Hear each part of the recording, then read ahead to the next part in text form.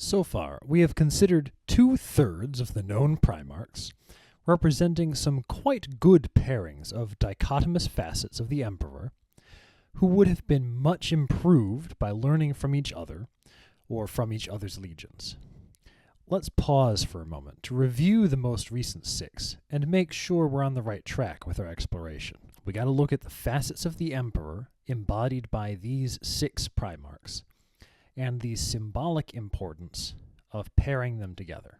Perturabo and Rogel Dorn, Jagatai Khan and Mortarion, and Leman Russ and Lionel Johnson. Each of these Primarchs shows a different part, a different aspect of the Emperor's character, revealing different approaches to leadership, warfare, and the ideals that the Imperium sometimes fails to live up to. Yeah, sometimes lives up to and sometimes fails to live up to. Yeah, there you go. Words are hard. Pairing them together symbolically highlights the Emperor's own internal contradictions and suggests the potential for growth through mutual understanding between brothers. Perturabo and Rogel Dorn were the architects of war and defense in the Great Crusade. Perturabo embodies pragmatic calculation, relentless toil, and the bitterness of unrecognized genius. He represents the Emperor's capacity for cold, utilitarian, expedient reasoning, and the willingness to bear heavy burdens in service to the greater goal, often at the expense of personal fulfillment or interpersonal relationship. This is an important facet of the Emperor, but unbalanced by the others, it is not a surprise that Perturabo was so troubled. Rogel Dorn embodies unyielding, stubborn loyalty, resilience, and the ideal of the dutiful defender. He reflects the Emperor's perfectionism and commitment to order, focusing on the preservation of what has been built and the refusal to bend under pressure. The facet of the Emperor so embodied by Rogel Dorn is that of stubbornness. Symbolically, pairing them together shows the dichotomy of creation and destruction.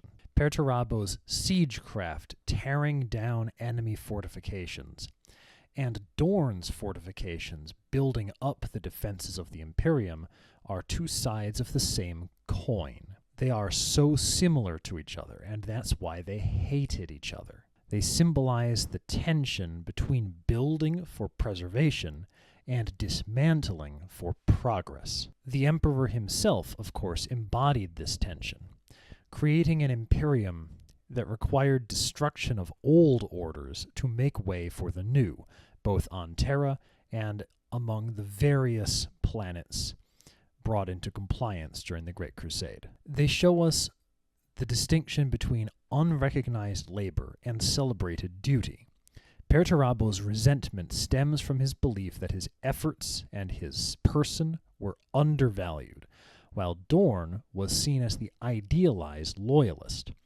Their pairing symbolizes the Emperor's failure to equally value all facets of his own personality, favoring certain parts of himself, such as order and stability, over other parts, his cold calculation, pragmatism, and ambition. In this manner, the Emperor was unbalanced as an individual, and so it should not be a surprise that in his dealings with others, he could be quite, let's be charitable and say, imperfect. To summarize, if Perturabo and Dorn had been paired in the Fellowship program, Perturabo might have learned that loyalty and recognition are earned not just through achievement, but rather through fostering interpersonal trust and camaraderie.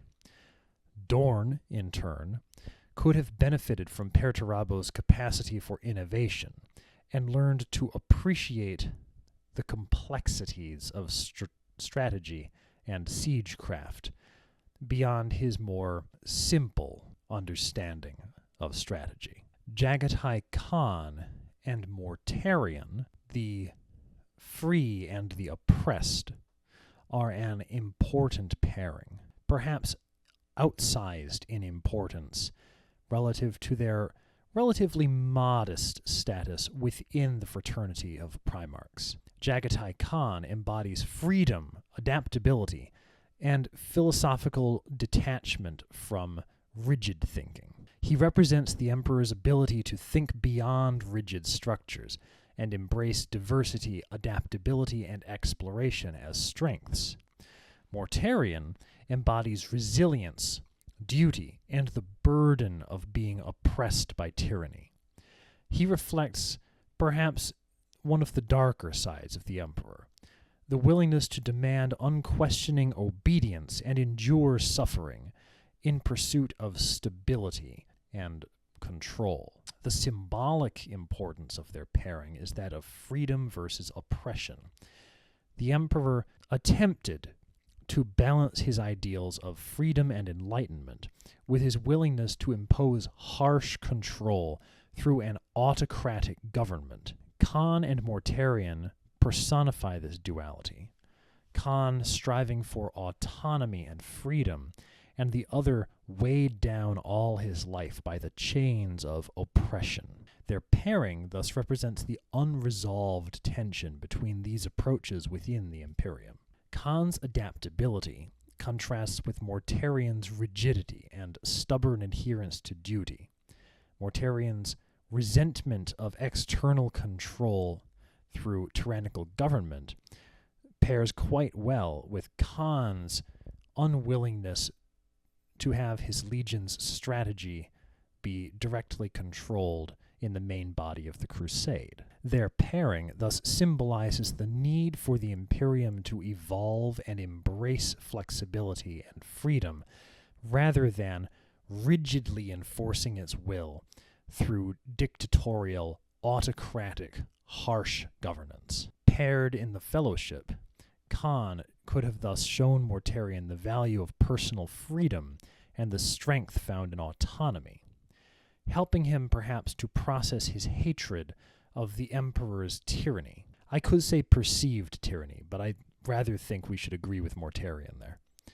Mortarion, in turn, could have grounded Khan's philosophical detachment by emphasizing the necessity of shared sacrifice and duty in ensuring collective survival. That is to say, by fighting out on the fringes, Jagatai Khan was perhaps not using his legion to the fullest extent of what he could have contributed to the Imperium. And Russ and Lionel Johnson, of course, the man pretending to be the beast and the beast pretending to be the man. Leman Russ embodies loyalty, raw, animalistic strength, and the willingness to enforce order through violence.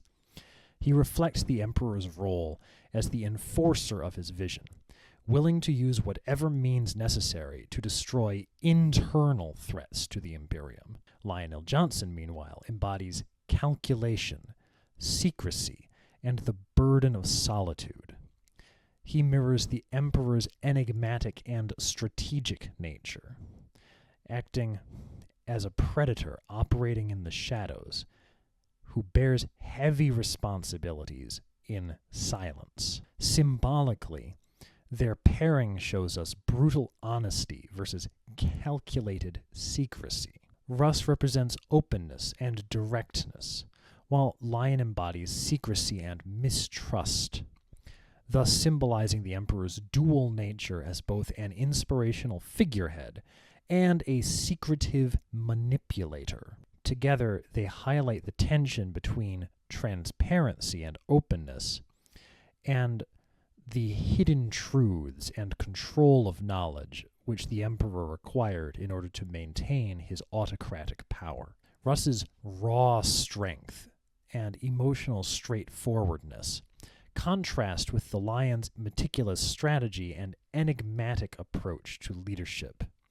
Their pairing thus represents the Emperor's need for both brutal force and grand strategy to conquer and maintain his Imperium. Being paired together in a fellowship, Russ could have learned the value of strategy, patience, and nuance from the Dark Angels, tempering his impulsiveness, while Lion, in turn, could have benefited from From the Space Wolves, honesty and camaraderie, learning to trust others and rely perhaps less on secrecy and solitude. The broader symbolic importance of these pairings is, foremost, the Emperor's fragmentation, how the Emperor's many facets embodied in the Primarchs were not integrated harmoniously within the mind of the Emperor, nor within the fraternity of the Primarchs. The dichotomies between creation and destruction, freedom and oppression, and strength and secrecy show us his inability to reconcile these contradictions within himself, and thus his inability to reconcile these contradictions within the broader Imperium. By learning from each other, I feel it is apparent that these Primarchs could have healed through brotherhood. They could have formed a more unified and balanced leadership. Thus, they could have helped to meet each other's emotional needs in order to compensate for the Emperor's failures to nurture them as a family, rather than treating them as tools of conquest. And the lessons from these pairings are directly applicable to the post-heresy Imperium.